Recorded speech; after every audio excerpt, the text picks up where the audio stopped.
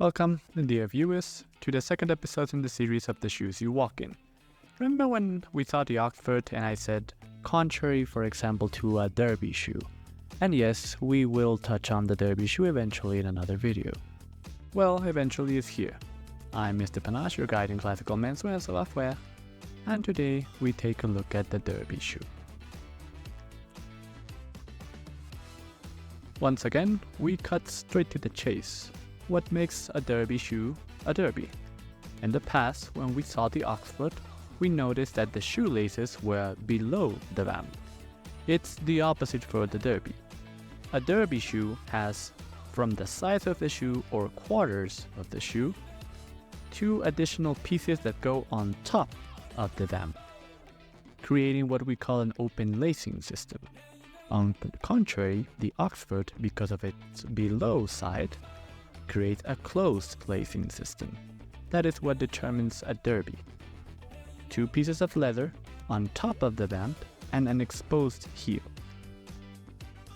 Now, the earliest accounts of a derby go way back to, most likely, the 12th Earl of Derby, although the history is not perfectly clear, because some people say that it goes back to the 14th Earl of Derby.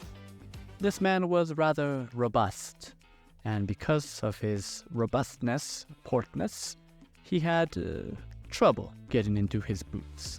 So his shoemaker chose to cut said boots, and we get the first iterations of what we would call the derby nowadays. The derby was formally presented all the way back in 1872, when Saint Crispin said that a derby that was not yet formally baptized as such was a more comfortable option in comparison to the Oxonian shoe, because the seam is not as near to the tender part of the foot. And you may be asking yourself, who is Saint Crispin? Well, it's no one really, just the saint of shoemaking and leatherworking. An important figure if you ask me. Now, when you think of styles a derby can have, they're very similar, if not the same, that with an Oxford shoe. You have a plain derby, you have a wingtip derby, you have a brogued derby. There are quite little to none differences in styles among the Oxford, but as a general rule, and as previously stated in the other video about the Oxford, the more broguing, the less formal. Still, an Oxford is formal-er than a derby. So if you have to choose between the two, for example, a wedding or, I don't know, baptism, I would forward you to choose an Oxford over a derby.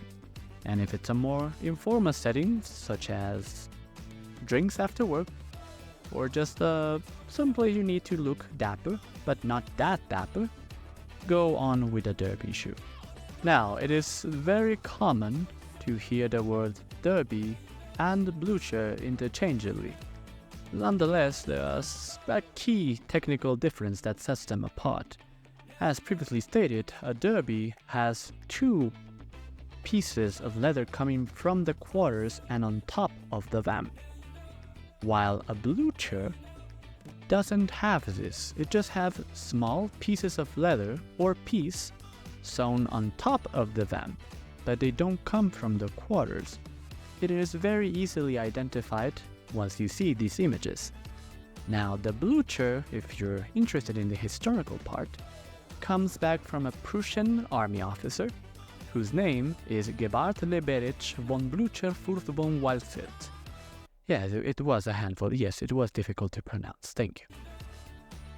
Back then in the Napoleonic Wars, he took on himself to make his men's footwear more comfortable during the war. So he redesigned it and that way enabled them to ready themselves for battle in a shorter period of time. So you have the Blucher can ostent a greater pedigree, at least historically. A derby is a great place to start your shoe collection, since it will serve you both in informal and formal occasions. But don't forget that if it's actually a very formal occasion, I would advise you to go for an Oxford shoe. Now, Please stay tuned for further episodes in this series because we still have to cover boots, we have to cover loafers, and we have to cover monk straps.